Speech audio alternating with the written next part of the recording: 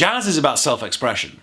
The reason I started playing jazz or getting really into jazz as a teenager was that I could express myself. I could play my way.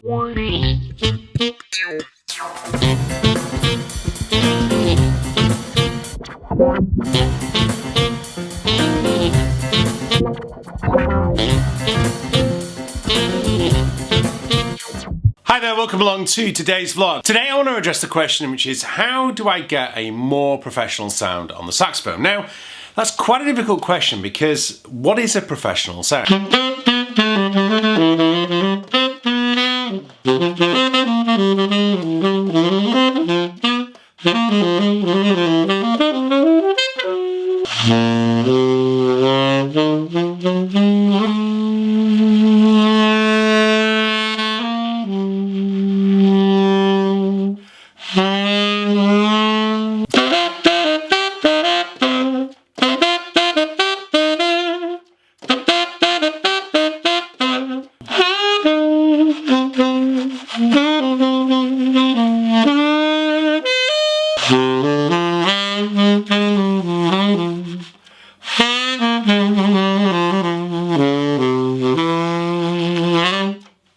Now, there are just a few of the transcription exercises that you can study with me at sax.coach. You know, there's a wide cross-section there of professional sounds, and I think the first thing of a professional sound is being able to adapt. It's being able to play something quite rocky, like that tequila thing. Someone being able to play really smooth, sort of almost Coleman Hawkins-esque.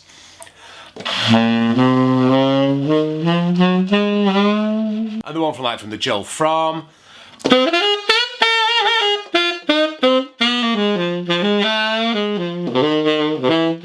Ultimately, the answer comes from transcribing and long tones. Two things that most people don't want to do. Well, that's what I've got on the Sax.coach website, but I don't want this just to be a sales pitch. I want to be able to just tell you about it, but it's there. If you want to really get to grips with it, transcribe and long tones. My long tones book, there's two of them, and they really get to grips. Some of my students say to me, and I'll be honest, and you know who you are, "Oh Dan, you know, when I do long tones, you know, I just feel like you're checking your emails and doing some stuff." I'm not, I'm listening, but do you know what?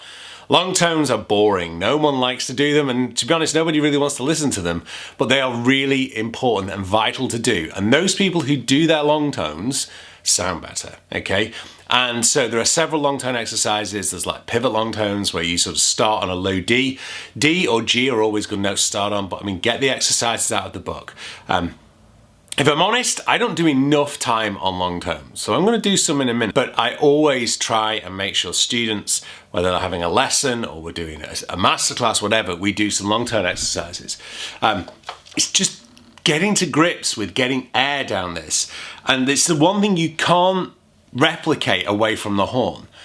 Ray used to say to me, "Oh, Danny, I don't always have to practice on the horn anymore." And I said, and I kind of can see his point. You don't have to practice music on your instrument, but there's no way you can get better at sounding better unless you spend time on the saxophone. And Ray had spent his time on the saxophone, to be fair to Ray, but you've got to be able to know how to manipulate the sound and then know what it should sound like. You know, having a good mouthpiece and a horn makes a difference to the sound. But for me, why I love my Sios mouthpiece so much is because it's so easy to play. I'm not fighting against the mouthpiece. When I used to have my Link, way back here, go back and watch the early vlogs. When I had the Link, I had to play the Link every day, or at least every other day. If I didn't, it just didn't want to behave for me. The Sios is a lot more forgiving. I still have to play it, you still have to get used to it, you still have to be there with the horn. But you do need to spend that time just listening to tone.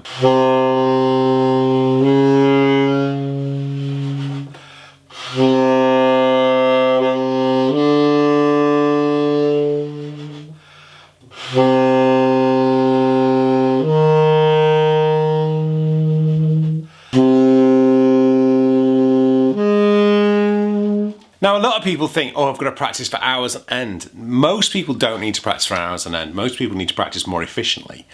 And so it's doing exercises that are going to enable you to improve that tone, enable to be able to produce what you're hearing. So even if you're transcribing, it's great transcribing, but unless you can copy what that player's doing, you're not going to get there. So Things like vibrato, doing vibrato exercises, which you can see in the book, okay? But picking an exercise every day and doing regular 10-minute practice bits on tone will make a huge difference.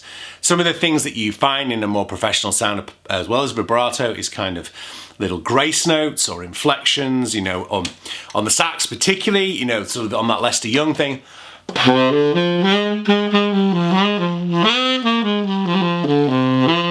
And on the Stan Getz, on the Gilpin Ipanema one, how they use side D rather than using, you know, all the finger down D. So rather than using that D fingering, we're using just the side key fingering. That's a nice way of kind of experimenting with tone false fingerings. In classical saxophone, another great way to add into that is learning slow classical melodies. There's a great one by Dr. Downing, I'll try and see if I can link it out for you, where you know, you basically play slow classical melodies, but one of the things to learn is, and it's all sort of down to each particular saxophone, you can play, so if I play that middle D again, first of all, don't use the octave key, use the side D key with the fingers down. And you can use the low B key to kind of bring certain notes that are sharp, flatter, and certain notes that are flatter, sharper, just by sort of adding some alternative fingerings, which can help. I don't tend to use those a lot in jazz, but certainly in classical. And then my final point is, you've got to be able to play a wide breadth of music, and you've got to understand, again, going back to listening, what that saxophone should sound like, because a professional sound, part of being a professional sound, and I mentioned it back in this vlog, is kind of being able to play correctly in your style you're playing in. So if you're playing bossa nova and you want to play with that kind of growly tequila sound, I don't think that's going to work. For me, that doesn't work. That's not being professional. The music is calling for that more sort of laid-back, subtony Stan Getz sound. But you can't play it unless you've heard it. So it takes you back to the transcribing again and that listening idea. But you can't play it unless you've done the exercises in order to do it. And so I hope what I'm trying to say through this vlog is, it all kind of fits together. To be a more professional sound, you've got to do your long tones because you've got to be able to manipulate the instrument, but you've got to hear it because you've got to know what it should sound like, what the music says. And then ultimately, you've got to be able to put it into practice. When I hear poor tone, often what I don't hear are the overtones, the blend, but ultimately, it doesn't, you've not locked into the sound of a player. You know, you've not got someone who you're trying to emulate. For me, a lot of the time for me, it's Sonny. You know, and hopefully that comes through in a bit of my playing. Hopefully, you know, people hear I'm a bit of a Sonny Rollins disciple. But also within that, Chris Potter, Branford Marsalis, obviously, particularly on soprano for me, Wayne Shorter, Coltrane, bits of, but I kind of moved away a lot from Coltrane. I need to try and sound a lot like Coltrane, but not anymore. But it's those players. But ultimately, because I'm playing jazz, jazz is about self-expression. The reason I started playing jazz or getting really into jazz as a teenager was that I could express myself. I could play my way.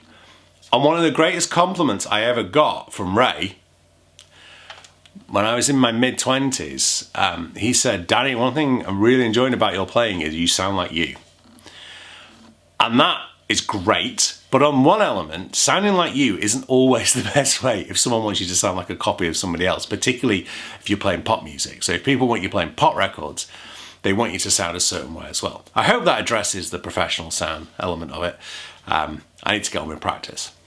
Now, I've just realised one thing I haven't spoken about is breathing, and of course that is fundamental. Dave Liebman, in his amazing book, Developing a Personal Saxophone Sound, says the closer you get to the source of the sound, the more effect it has on the sound.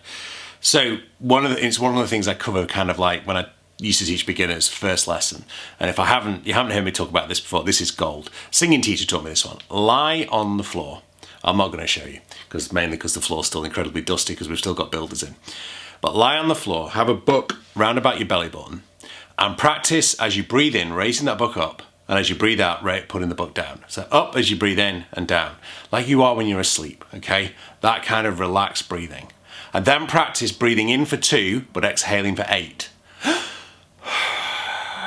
Because that's what was happening with the saxophone. I'm asthmatic, I've mentioned it way back here. And one of the things when I was diagnosed with asthma, which was in my early 30s after I had pneumonia, is that the doctor said to me, actually playing the saxophone is one of the best things you could be doing, because in the hospital we're trying to teach people breathing exercises all the time. So I've kind of almost taken it as read that you've got to know how to breathe, but perhaps that's something we need to talk about. And if you're struggling with those long tone exercises, you're not breathing correctly.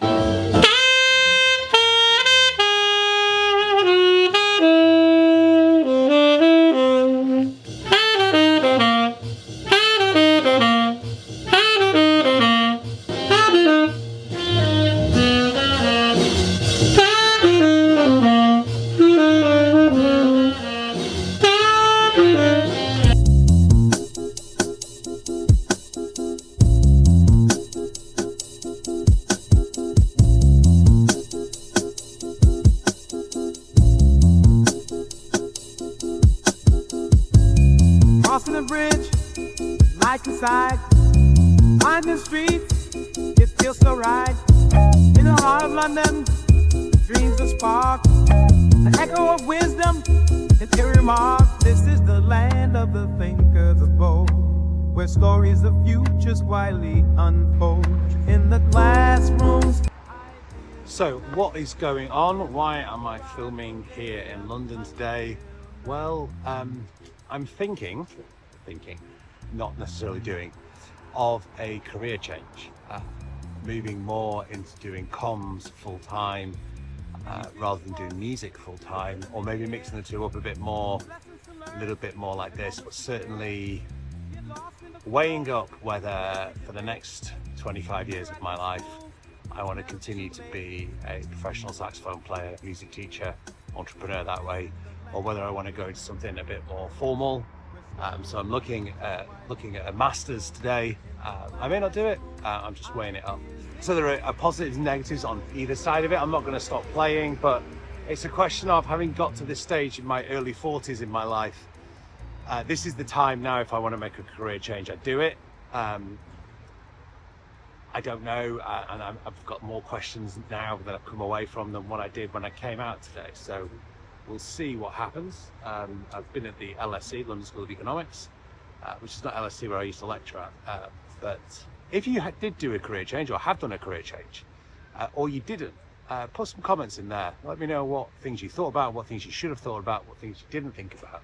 Maybe a lot of you, I see people who do it the other way around. They kind of have a normal career in finance or medicine or whatever, and then decide to go and do jazz music in retirement and stuff. I'm sort of going the other way, thinking I've had that fun bit, now I need to go and earn a bit more of a living, because it reminds me of the great Ronnie Scott joke. How'd you make £1 million playing jazz? Well, start with 2 million, you'll be down to 1 million by next week. Back in the studio, just for the avoidance of doubt, I'm never putting the saxophone down.